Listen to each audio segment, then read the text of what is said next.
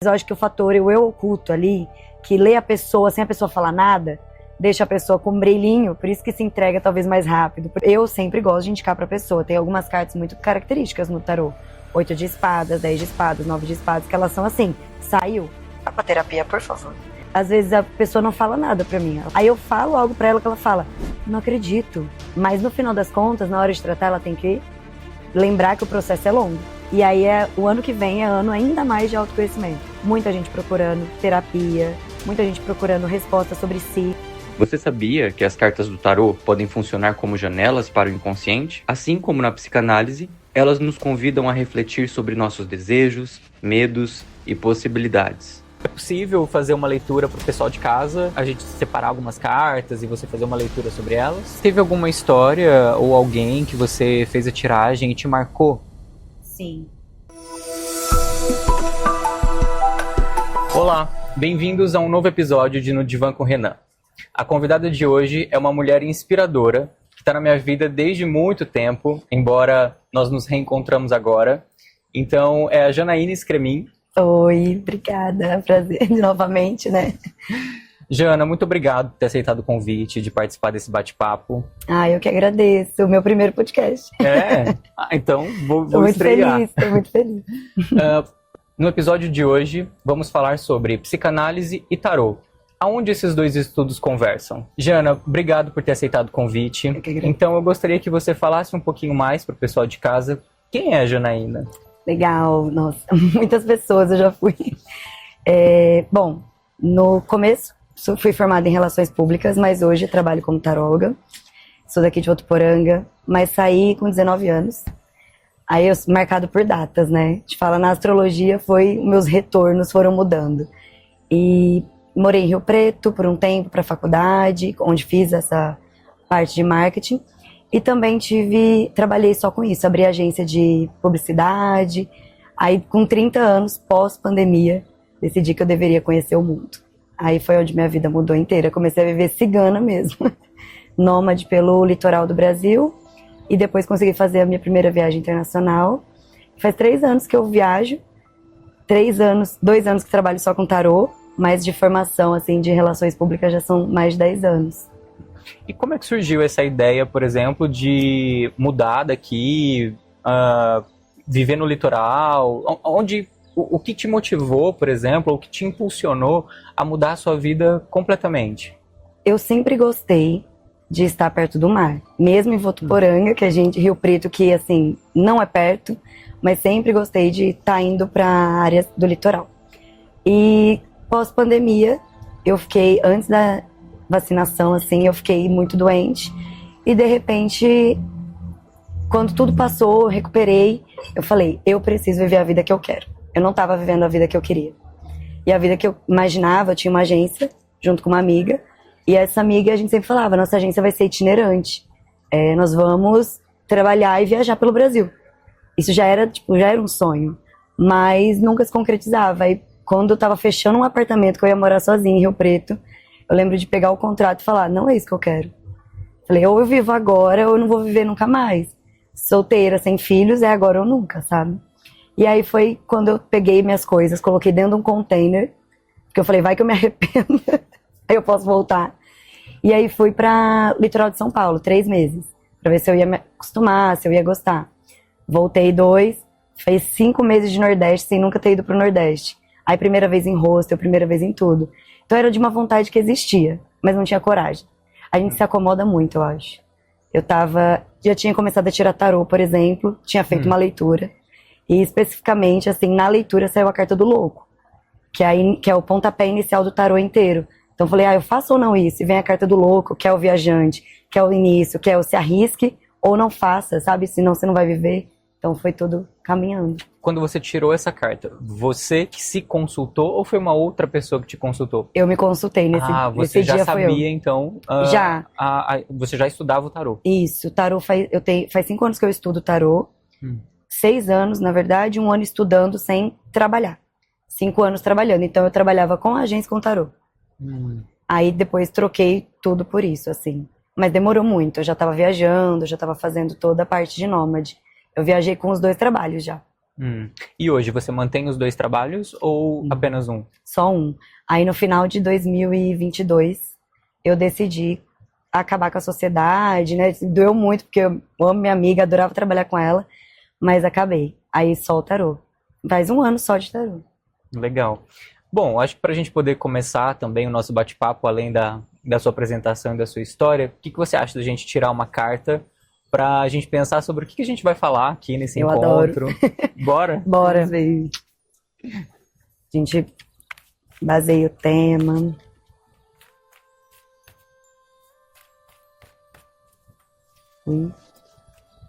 Quer tirar? Como eu faço? Você pode pegar de cima ou ficar à vontade para mexer no baralho. Posso segurar? Fica à vontade.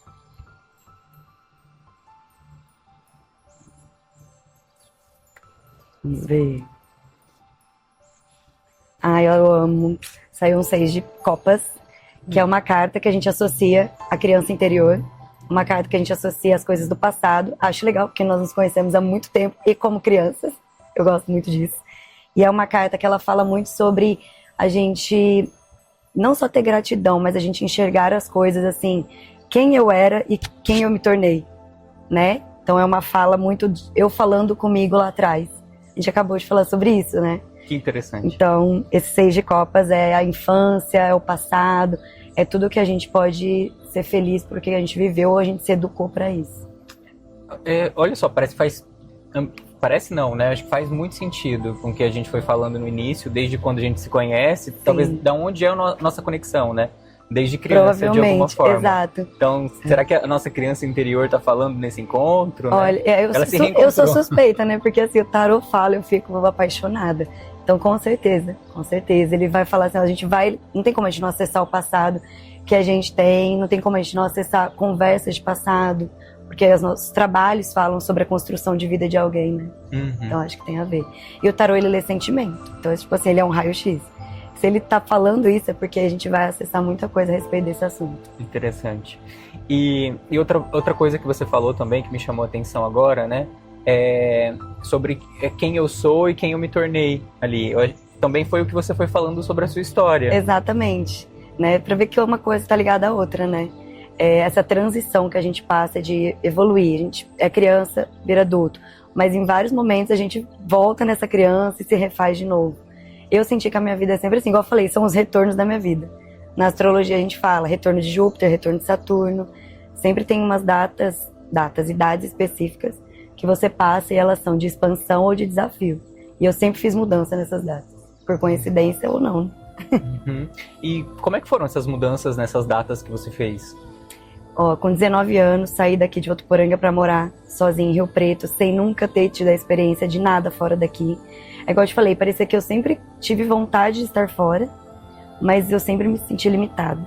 Então, 19 anos, mudança. A quebra com o meu trabalho foi com 24 anos. Saí de uma empresa que eu tava...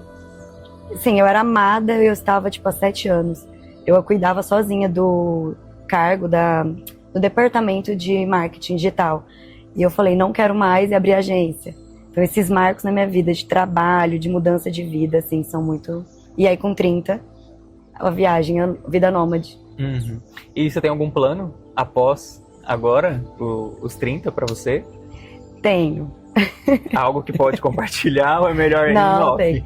Assim, ainda não bateu nada de chamado muito transformador, mas eu tenho os planos ainda de continuar viajando e explorar um pouco mais além do tarô. Tarô hoje eu faço atendimentos, mas eu quero expandir ele com plataformas, com coisas mais de acesso para quem não conhece. Então são coisas assim que vão transformar além do atendimento.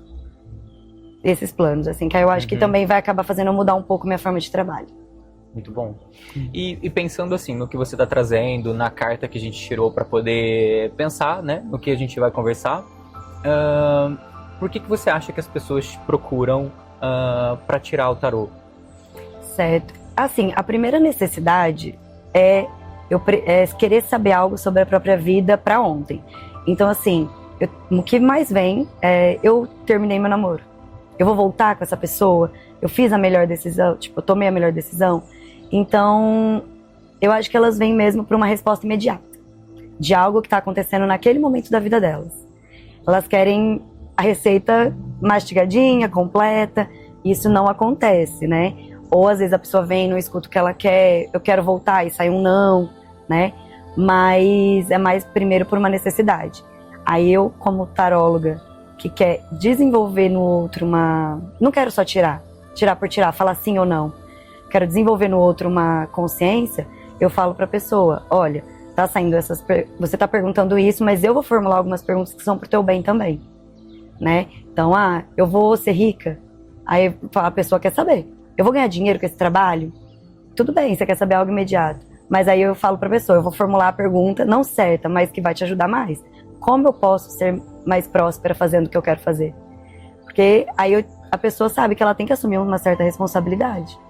Então, não, aí depois vem a consciência de, eu quero me conhecer melhor, mas é mais raro. É bem mais raro. É interessante que você vai trazendo, porque eu vou voltar novamente para a carta, né? Agora criança Sim. interior vai ser algo que eu vou voltar. Na nossa experiência infantil, eu vou voltar quando a gente é bebê, né? Nós precisamos ali de uma gratificação imediata. Então, tô com fome, eu choro, preciso daquele leite, daquele alimento, daquele colo, de alguma coisa. Então, você falando me lembrou, né, da carta Criança Interior e como isso acontece às vezes com as necessidades primárias das pessoas quando te encontram e te buscam, né? Elas querem uma resposta rapidamente, uma solução, uma gratificação imediata, né? Uma resposta imediata que vai mudar a vida delas para sempre. Sim, tanto que no tarô, a jornada do louco, que a gente chama de jornada do louco, né? Que é essa primeira carta do tarô, ela vai caminhar por todas as outras cartas, que aí conta a jornada da nossa vida. Todos os aprendizados, todos os desafios estão lá. Mas o louco é considerado uma criança. Porque ele literalmente não sabe nada. E ele quer fazer tudo. É colocar o dedo na tomada e não saber que vai dar choque. Olha. Porque ele quer experimentar. E pra mim, todo mundo que chega até mim tá como louco. Eu sempre encaro dessa forma. A primeira vez que você vem, você é o louco.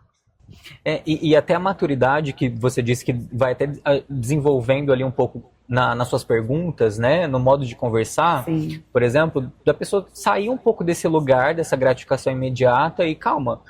Exato. Vamos formular uma pergunta melhor? Sim. Né? Ou uma pergunta que de fato pode te acrescentar, para sair às vezes desse lugar de só pedir, né? Exato. Tem algumas tarólogas, cada pessoa vai ter um tipo de atendimento, assim como eu imagino, nas abordagens, né, e tudo mais. Mas o meu método é esse, assim, eu quero que a pessoa não só receba a pergunta dela, mas que ela possa ser um agente de movimentação, um agente do tipo, olha, eu vou te dar a resposta que você quer, mas você vai conseguir também fazer a sua parte? Você vai conseguir iluminar a sua cabeça de alguma forma? Então, tem gente que é cabeça dura, não gostei, né? Aí tudo bem, é um processo da pessoa, mas aí é questão de repertório, saber conduzir aquela pessoa também. E por exemplo, quando a pessoa já aconteceu, né? Assim, já aconteceu da pessoa chegar para uma consulta com você, uma tiragem? Assim, Os dois, pode ser. Para uma tiragem depositando em você ou ali nas cartas o destino da vida delas? Sim. E, se isso aconteceu, então, como é que você lidou com isso? O que você fez? Isso eu tive que aprender um pouco na marra, porque eu tenho o estudo das relações públicas, né, que já me ajuda muito nessa coisa de interagir com o outro, de conversar com o outro, mas eu não tenho a parte psicológica, nem me cabe, na verdade, né. E aí quando isso aconteceu, acontecia mais, hoje acontece menos, porque agora eu já sei levar mais a pessoa. Quando acontece, eu olho para a pessoa e falo, olha, isso aqui, essas cartas, elas não são um milagre. Elas são tipo o terceiro olho que a gente fala e vê, que as pessoas comentam. Ela abre a sua visão para algo que você precisa ver. É o que eu te falei, tarô lê sentimento. Então, não vou falar nada do que você não sente, do que você não vive. Então, assim, quando eu falo isso pra pessoa, a pessoa fala, realmente, eu já tava pensando isso, eu já tava sentindo assim. Então, o tarô só tava clareando suas ideias. Eu não consigo dar um milagre. A pessoa, às vezes, deposita em mim que ela não arrumou um namorado. Eu quero um namorado, o que eu faço? Eu tô fazendo tudo que você pediu. Mas no final, ela não tá fazendo, porque ela tira comigo todo mês e ela tá apegada ao passado, a um 6 de copas, por exemplo. E aí eu tenho que trabalhar isso nela. Eu falo, olha, você tá ainda esperando certas coisas, seu comportamento não mudou. Então, assim, quando reclama, eu já tenho o argumento, que é o argumento de ou você não tá fazendo aquilo que você precisa fazer pro seu bem, Claro que a gente tem todo um jeito de falar isso, né? Ou você realmente, assim, tá vindo tirar tarô pra escutar só o que você quer. E aí você não vai ter a resposta necessária pra você, entende? E onde que você acha que a psicanálise e o tarô conversam e em qual parte você acha que eles não conversam? Eu acho que a coisa que mais conversa é a abertura do inconsciente para o consciente. Só que de formas diferentes, né? Eu não faço tratamento, não tem como. Eu literalmente vou colocar ali a situação, como eu disse, que a pessoa, ela vai responder para mim. Mas, nossa, eu tava sentindo isso? Eu sabia disso? Por mais que ela dê essa resposta no final, no começo ela não estava consciente. Então acho que a gente conversa nesse lugar, assim, de às vezes falar ou fazer a pessoa ter um insight bom para ela. Uhum. E aí, no que eu acho que realmente diferencia é a questão do tratamento, assim. A pessoa pode tirar comigo de forma pontual e aí e precisar de uma terapia. Óbvio, porque eu não consigo atender ela naquela demanda de como ela vai tratar a ansiedade dela. Tipo, não, eu consigo falar pra ela, olha, no máximo você tem esse caminho aqui, mas você vai precisar de ajuda. Uhum. Então acho que a gente deixa de ficar juntos na hora que eu tenho um limite pra ajudar. Eu faço mais a parte reflexiva, eu acho. Uhum. É interessante, né, como você vai destacando as diferenças, porque, de fato, acho que talvez a consulta, a tiragem, ela é pontual e ela ela é mais intuitiva, reflexiva, né, a subjetividade da taróloga também entra em cena. Sim, sim. É até um pouco difícil separar, porque aí no meu caso eu não tenho esse estudo de fazer essa separação, né, então fica bem subjetivo mesmo. Mas a gente vai aprendendo umas coisas com a tiragem, eu acho isso legal. Porque você conversa com tantas histórias, tantas pessoas, que chega um momento que você, às vezes, por exemplo, quem tira muito tempo comigo, né, tira todo mês e tal, parece que eu já consigo fazer uma leitura da pessoa sem as cartas. Mas eu sempre vou me basear nas cartas. E eu gostei também quando você diz, né, da responsabilidade da pessoa com aquilo que ela escuta. Sim. Ali, porque é uma forma dela ir se responsabilizando também com a história dela, né? E às vezes não depositar a história dela no que as cartas estão dizendo. Sim. E eu vou seguir desse jeito. Ela vai refletir através do que você traz, né? E aí eu acho que também tem essas diferenças e semelhanças entre o tarô e a psicanálise, por exemplo. Eu acho que elas se complementam, embora sejam estudos distintos. E que se assemelham em alguns pontos, né, mas que divergem em outros, então, como por exemplo o método pontual, o método intuitivo, o método mais reflexivo. Na psicanálise a gente vai propor um tratamento, né, a gente vai estruturar esse sujeito, a escuta com esse sujeito de uma outra forma. Sim. Ali, embora, né, tem uma frase que eu comentei com você ali, né, antes da gente começar, quando você foi falando sobre o inconsciente, né? Uma frase de Jung. Até você se tornar consciente, o inconsciente dirigirá a sua vida e você o chamará de destino.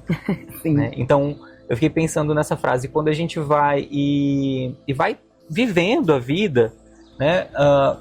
Quando a gente vai vivendo a vida de uma forma que a gente não conversa com o nosso inconsciente, a gente não faz também um tratamento, uma análise sobre isso, a gente vai chamando de destino muitas coisas que talvez não é o destino, é uma repetição da criança interior.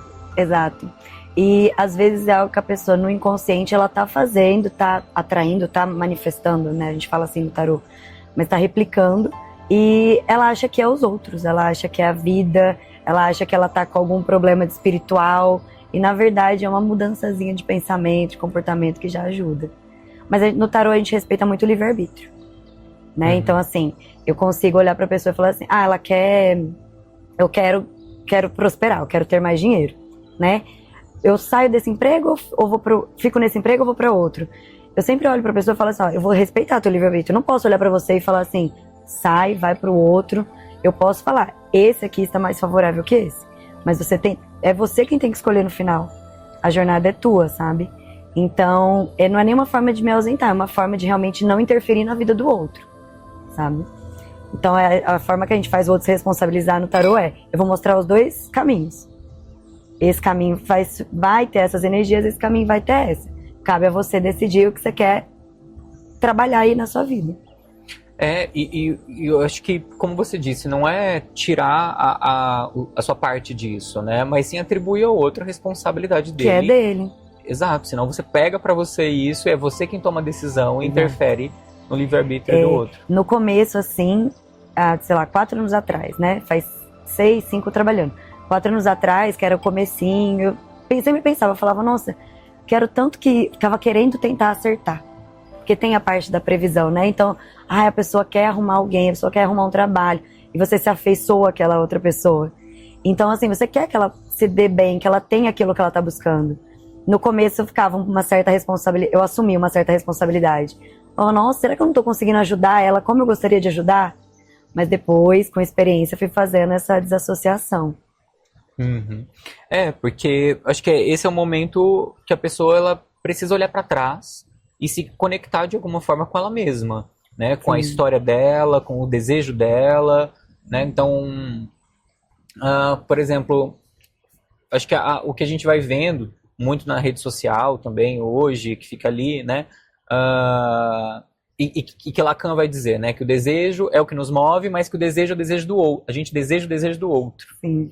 Ali. E eu acho que nesse lance de desejar o desejo do outro, a gente acaba se perdendo, né? Eu moldo meus comportamentos, ou mudo, ou começo a ter ações pensando muito nesse olhar do outro sobre mim. Então, e às vezes isso acho que pode aparecer também na consulta, né? Da pessoa também, e no olhar da taróloga, como é que é? Nossa, sim, com certeza. Acho que muitas se baseiam assim. Já aconteceu, por exemplo, de pessoas que tiram tarô comigo há mais tempo falar assim, mas agora rapidinho, o que a Janaína faria? Aí eu falo, não tem como eu te responder isso. Eu falo, porque eu tô te falando uma coisa pelo tarô que a Janaína faria. Tipo, aí até de confundir essas duas pessoas que são diferentes. Uhum. É bem comum mesmo. É curioso porque no consultório, né, acho que muitas pessoas nos procuram e nos colocam nesse lugar de sujeito suposto saber, né, que a gente sabe sobre essa pessoa mais do que ela mesma sabe sobre a vida dela. Exato. Então ela chega ali, então o psicólogo, o psicanalista, ele sabe tudo sobre mim. Então eu vou chegar, eu vou fazer uma pergunta. Ele vai saber o que eu tenho que fazer, né? Exatamente, ele vai aparecer aqui com uma receita ou vai me dizer o que é que eu tenho que fazer. Exato. E eu acho que na taróloga também, né? Ali com você enquanto taróloga, porque a pessoa chega e o que é que eu faço, como eu faço isso, como se ela precisasse ou pedisse um mapinha, né? Ou um roteiro, e às vezes até te coloca, né, para agir por ela, né? Então o que você faria? Mas como que o que você faria se você não está no lugar dessa pessoa? A tiragem nem é para você, é para ela. Exatamente. E é aquilo, né? Colocar a gente num lugar como se a gente não tivesse nenhum aprendizado. A gente também tem uma vida e tá fazendo certas coisas. Eu tiro o tarô pra mim, então eu também preciso. Eu faço terapia, eu também preciso dessas orientações. Mas saber dar uma diferença é difícil, viu? A galera gosta do que é prontinho, redondinho, mastigado. E sabe que às vezes eu recebo alguns pacientes, ou tenho, né? Não só recebo alguns pacientes que em um determinado momento ali da análise eles me relatam que passaram por uma consulta no tarô. E às vezes são alguns pacientes que estão assim, com uma resistência diante de alguns contextos ali a serem trabalhados, absurdos.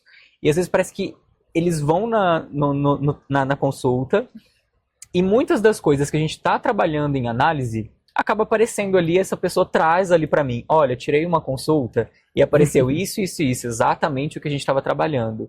E às vezes eu percebo que a pessoa, de fato, ela abre para a gente poder trabalhar essas questões, claro, né? Não que elas precisam sempre fazer uma consulta para elas se abrirem, mas algumas sim. Algumas eu percebo que chegam ali e a partir de uma consulta de tarô, por exemplo, elas abrem um espaço para reflexão sobre determinados pontos da vida delas que às vezes elas não estavam querendo trabalhar ou estava muito difícil de conseguir acessar. Sim. Que a gente estava ali, né? Tô ali fazendo um trabalho de carpintaria também, né? De lapidação. E tem todo um processo, né? E às vezes elas vão e entregam, né? De bandeja, assim, olha, falamos sobre isso e aí? Mas sabe o que eu acho? É que o tarô tem o fator do oculto. Então essa coisa do oculto, de eu adivinhar o que você está sentindo, ou não o que vai acontecer, porque o que vai acontecer é em questão de previsão. Mas, às vezes, a pessoa não fala nada pra mim. Eu falo, ó, dá seu nome completo, dá sua data de nascimento, vamos ver aqui as áreas da sua vida. Aí eu falo algo pra ela que ela fala, não acredito, é exatamente isso. Então, acho que o fator do eu oculto faz a pessoa se impressionar mais rapidamente, porque ela tá querendo uma coisa mais rápida, mais ágil. Mas, no final das contas, na hora de tratar, ela tem que lembrar que o processo é longo. Que é o que eu falei, a consulta não vai resolver. Mas eu acho que o fator eu oculto ali, que lê a pessoa sem a pessoa falar nada, deixa a pessoa com um brilhinho, por isso que se entrega talvez mais rápido, por isso que chega na terapia e fala, tirei, isso é a mesma coisa? Aí dá vontade de falar, mas eu tô te falando isso há anos. Você fala, não, tipo, mas eu acho que é o fator de se impressionar com algo que eu não sei da pessoa. E na terapia vocês vão se conhecendo. Eu dificilmente vou conhecer alguém antes da consulta. Eu vou pedir os dados e vou tirar. Nem sempre acerto, mas sempre dá pra ler o sentimento. E aí essa parte do sentimento eu acho que a pessoa se impressiona mais. Por isso que eu acho que tem esse fator de se abrir rápido. E aí volta pro bebê, da sintonia. O Volta bebê de você copa. precisa adivinhar, né, o que ele tá sentindo, que choro é esse. Exato. Né? Então é quase que uma comunicação telepática num determinado momento. É uma sintonia que às vezes esse eu oculto aparece e aí a pessoa pensa, poxa, eu tô sintonizada Sim. total com a minha história, com a minha vida, né? E aí talvez aguça ela a voltar nessa origem. Sim. Aí, né, nesse modo de existência que ela já esteve, ali enquanto bebê, por exemplo, de alguém está adivinhando o que eu estou sentindo, alguém está adivinhando o que eu quero, as minhas necessidades, Sim. né? E aí talvez por isso ela quer ser atendida. Exato, e é isso. Aí a gente vem nessa parte da adivinhação, o que, pra mim, né, você vai poder falar melhor, mas na psicologia, de certa forma, você também vai entrar nesse processo, mas você entra por outras vias, você vai levar um tempo ali que é um tempo da conversação. Eu não tenho esse tempo da conversação, mas mesmo assim, aí, igual você falou, acessa a criança interior, que é esse 6 de copas que sai aqui e fica falando, você lembra de você? Você lembra por que você faz o que você faz? O que aconteceu lá atrás? Então, quando a gente olha para esse aspecto no tarô, a pessoa ela tem uma resposta mais imediata, mas ela não consegue dar continuidade. Cair é onde vocês trabalham essa continuidade com maior profundidade. Sim, e que vai aparecer muito na relação transferencial, no meu caso. Né? Então, nessa relação transferencial, o paciente ou analisando, ele vai projetar em nós muitas das vivências, das experiências primárias dele. Sim. Ali. Então, isso pode aparecer numa transferência positiva, uma transferência negativa, uma transferência erótica. Então, numa transferência erótica, por exemplo, né, como é que essa pessoa no passado fazia para conseguir alguma coisa? Então, ela usava o corpo, ela usava do erótico, ela usava da sedução, né? Então, numa transferência negativa, vai surgir sentimentos hostis, dirigidos e projetados em mim, e eu vou manejar isso, né? Então, dentro de um tratamento analítico, por exemplo, o paciente ele vai vivenciar todas essas questões também, né, ou quase todas, que ele viveu lá atrás, na infância dele. Ali, não só, né, claro, mas acho que a experiência analítica, né, acho que a gente vai chamando esse nome também, porque você vai vivenciando a partir da conversação, né, que a gente vai chamar de outros, a gente vai ter outros nomes na psicanálise, mas que é isso, que novamente volta nos pontos que conversam, nos pontos que divergem e no que consiste um tratamento psicanalítico, de fato. E no que consiste uma tiragem de tarô. Sim. Né? Eu acho que eu tenho várias consulentes que elas unem os dois. E eu acho isso incrível, né? Tipo, eu tenho uma consulente que ela fala assim, você e a minha psicóloga falam a mesma coisa, mas eu preciso ouvir as duas. Porque ela trabalha de um jeito comigo, você trabalha de outro. Mas no final das contas, ela tá tendo 2 atendimentos para escutar a mesma coisa. Só que ela sente que uma complementa a outra. Então eu acho que tem um pouco disso, assim, da gente... Eu sempre gosto de indicar pra pessoa. Tem algumas cartas muito características no tarô. 8 de espadas, 10 de espadas, 9 de espadas, que elas são assim, saiu, vai pra terapia, por favor. Porque senão é muita angústia mental, a pessoa ela não consegue pensar por si própria. E por mais que o tarô ajuda a clarear as ideias, não dá, igual mais uma vez a gente falando, o tratamento. Só que é essa questão do eu vou oferecer pra você algo, você vai oferecer pra pessoa algo que eu não posso oferecer, mas a gente se complementa. Eu acho bem legal. E, Jana, como é que surgiu o tarô? O que é o tarô, né? Para o pessoal de casa também entender um pouco mais sobre do que se trata. Tá. O tarô, ele é uma técnica, é um conjunto de baralhos, um conjunto de cartas de 78 cartas, né? E, na verdade, ele tem um histórico que as pessoas não conseguem identificar o começo dele. Falam que veio dos egípcios, uma galera fala que veio de Roma, só que o estudo mais comprovado, ele fala sobre uma família, Visconti chama, que criou o primeiro baralho. para brincar entre eles, de adivinhação. E eles deram o significado dessas cartas. Mas eles não tinham, não dá para falar se eles eram bruxos, se eles eram da corte apenas, né? E aí essas pessoas desenvolveram as primeiras cartas do tarô, porque o tarô ele é separado é chamado de arcanos, né? 22 arcanos maiores, 53 arcanos menores. Então os menores os naipes que a gente conhece, as, paus, copas e espadas. E os arcanos maiores é a jornada da vida, que é a carta do louco, por exemplo. São cartas inventadas dentro de um tarô. E o tarô não é a mesma coisa que oráculo, por exemplo. Baralho cigano é outro tipo de técnica. Então o tarô é 78 cartas divididas nesses 2 arcanos. E aí essa família criou, junto com isso tinha uma associação chamada Golden Dawn, que era de magos, bruxos e magos, uma coisa muito restrita, muito fechada. E eles adotaram essas cartas, elas começaram a ser abandonadas pela família, eles adotaram. E aí uma dessas pessoas, junto de uma artista, desenharam as cartas novamente, deram um significado visual, porque os naipes eram naipes. Aí ele colocou imagens, ele colocou realmente no 8 de copas, uma criança e um adulto. Então, que é esse tarô que eu tô, né? Então ele é o mais antigo, ele é o melhor para se estudar, porque ele visualmente traz tudo, tipo, todas as respostas.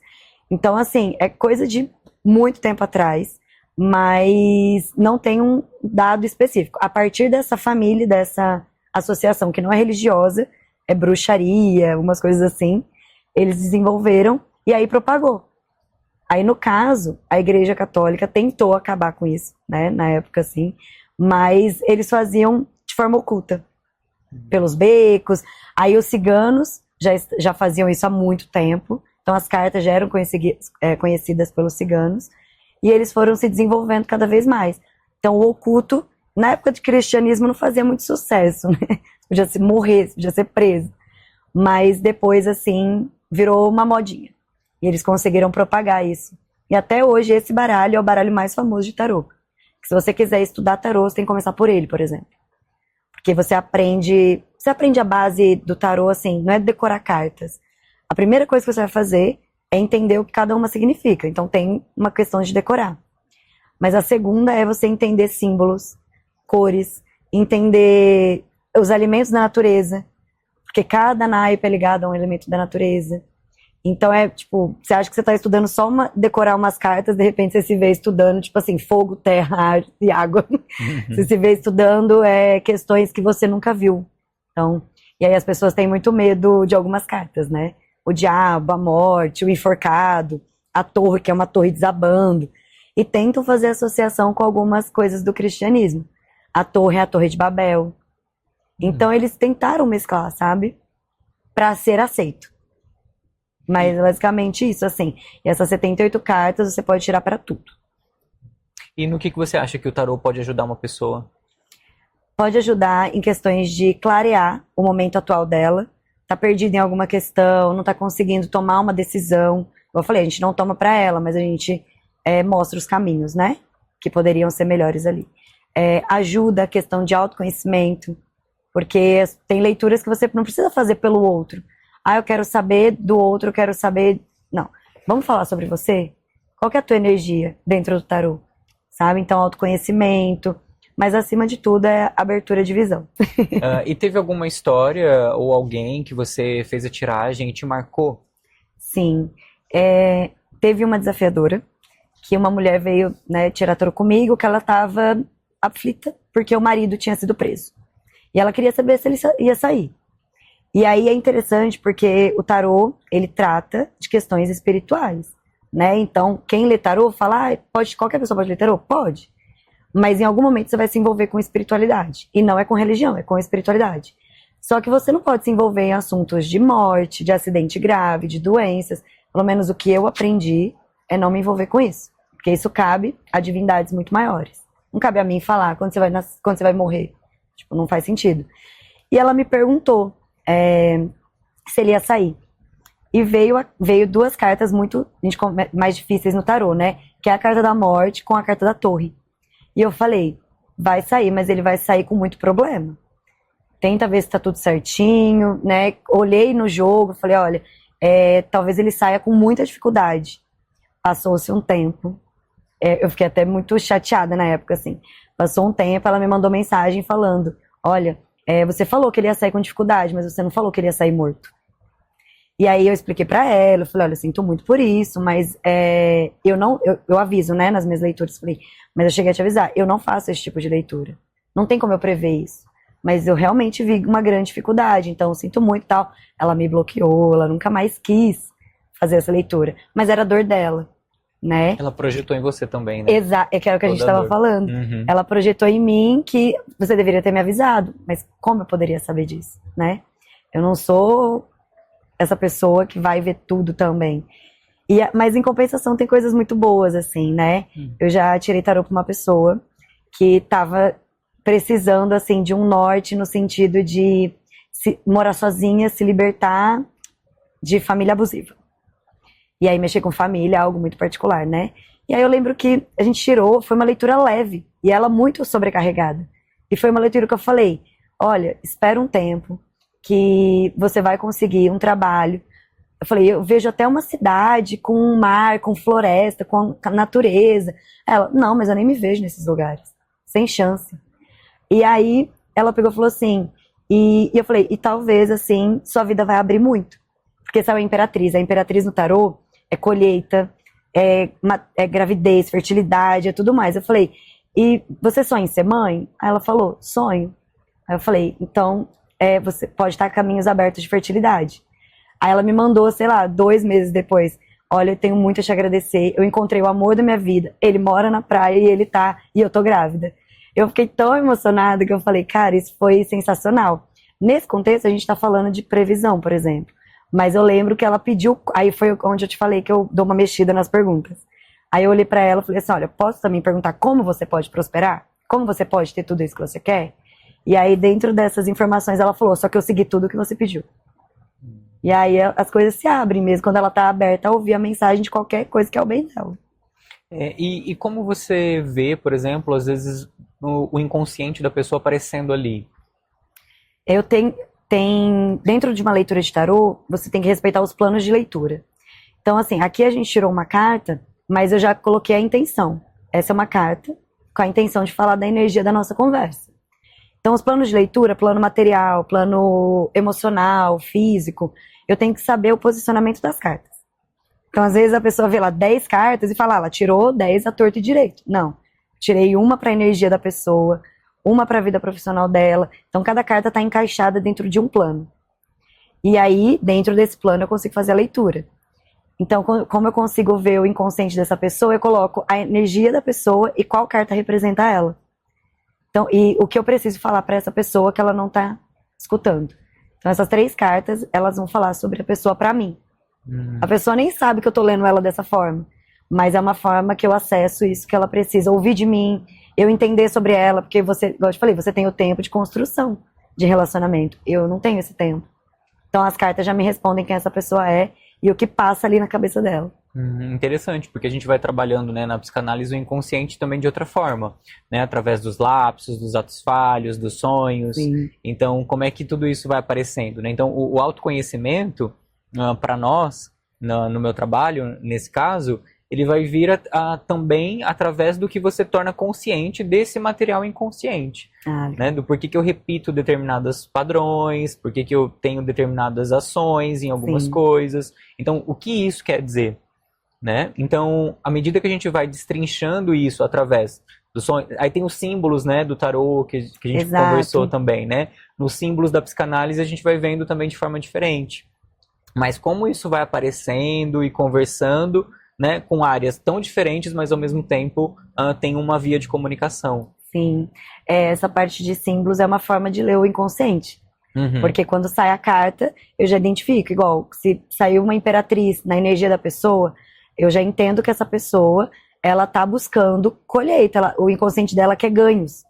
Ela tá buscando algo que preencha ela, né? Agora, se sai um eremita, que é uma carta de 2025, a pessoa, ela não só precisa, como ela tem que acessar meditação, ela tem que ficar um pouco distante, trabalhar um pouco mais o silêncio. Então a gente vai lendo através desses símbolos, porque o eremita, ele é no desenho mesmo, ele é um cara sozinho, com uma única luz que guia ele. E aí toda essa lâmpada, tudo faz um sentido pra gente. Então a carta de 2025 é o Eremita. É o Eremita, carta número 9. A soma de 2025 dá o 9, né? E aí o ano que vem é ano ainda mais de autoconhecimento. Muita gente procurando terapia, muita gente procurando resposta sobre si, tendo crise de identidade, muita gente precisando silenciar para poder encontrar resposta. Às vezes, muitas pessoas vão se isolar no que vem. Elas vão querer se fechar para se entender, sabe? Fazer viagens espirituais, viagens geográficas mesmo, para conhecer a si próprio. Vai ser bem profundo. Porque o Eremita é associado à Virgem, né, na astrologia. E Virgem analisa tudo. Ele precisa colocar tudo ali numa ordem. As pessoas acham que é só limpeza de casa. Não. O virginiano, cada um vai ter o seu tipo de organização mental. E aí o Eremita é isso, organizar a mente. Só que com barulho não vai organizar, não vai poder contar muito com as pessoas para descobrir a si próprio. E é interessante porque que a gente possa, né, então em 2025, pausar algumas coisas, né, além de celebrar, mas pausar para que a gente possa no silêncio, talvez se conectar com a gente mesmo e entender tudo isso, né, e fazer uma reorganização do que é que precisa ser reorganizado. Exato, o Eremita é exatamente isso, exatamente, se fosse uma descrição do Eremita seria isso, e ela fala para você, é como se você tivesse que subir o topo de uma montanha e falar, gente, eu tô indo sozinho, eu vou enfrentar tudo sozinho, mas quando eu chegar lá eu vou saber quem eu sou.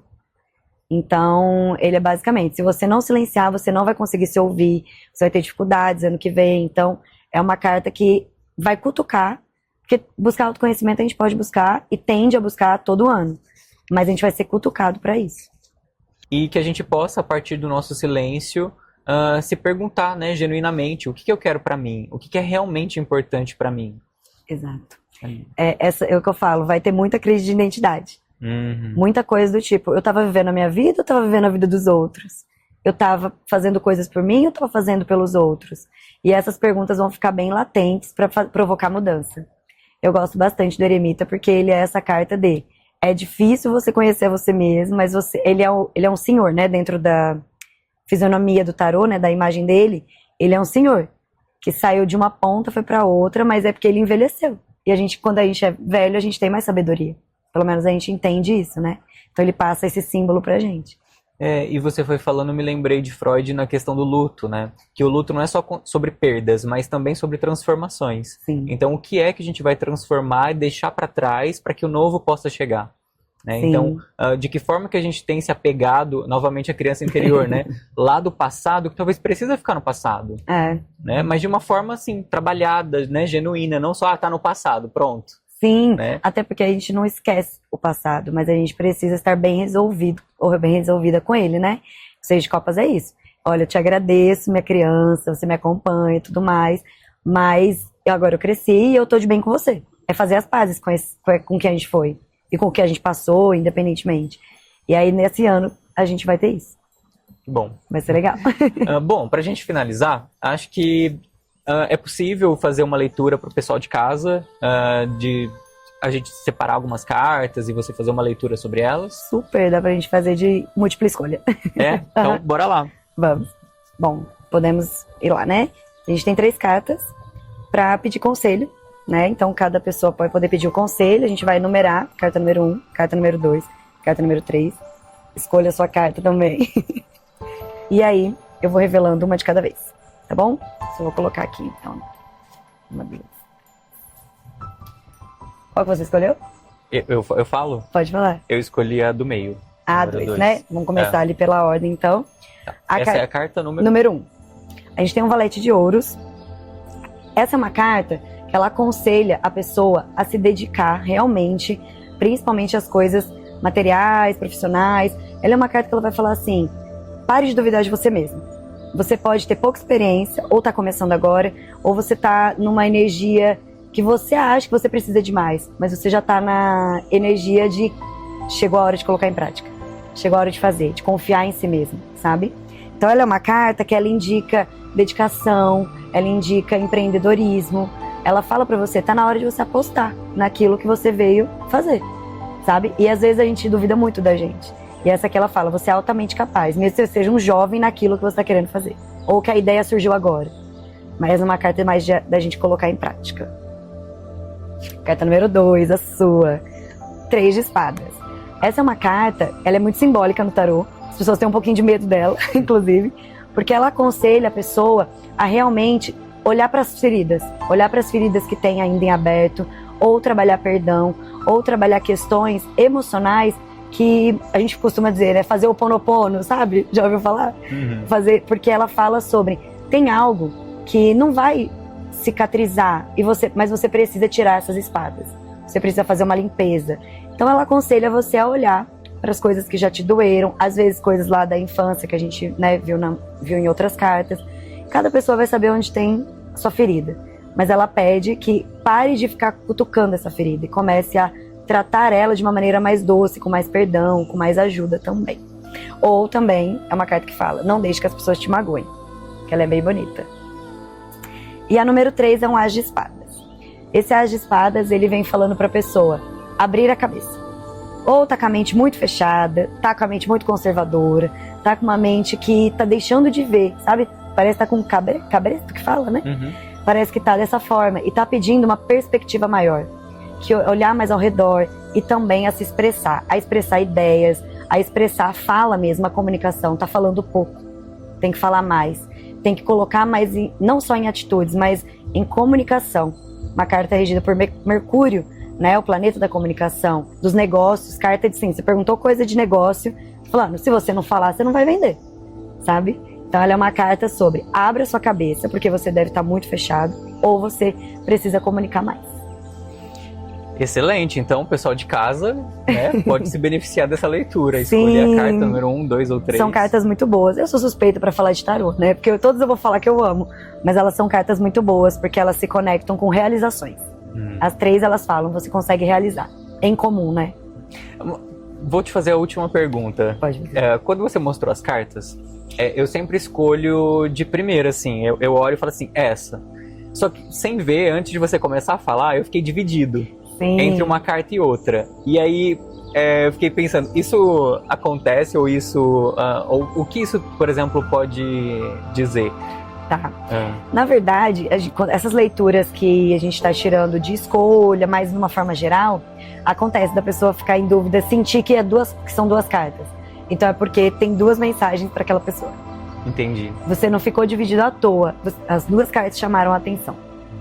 É interessante porque eu fiquei, a princípio, parece que me veio assim, eu vou escolher essa daqui. Sim. A primeira que você falou, né, ali, parece que a minha energia tava nela. Mas eu falei assim, não, acho que eu preciso também da segunda.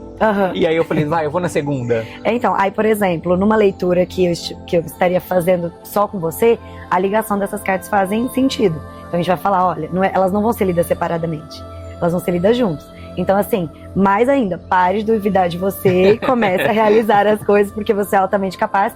E às vezes vem muito medo, então, inserido, né? Então, assim, o 3 de espadas, ele traz essa sensação de, com valete de ouros, se eu não me curar de algo, fica difícil eu realizar algo.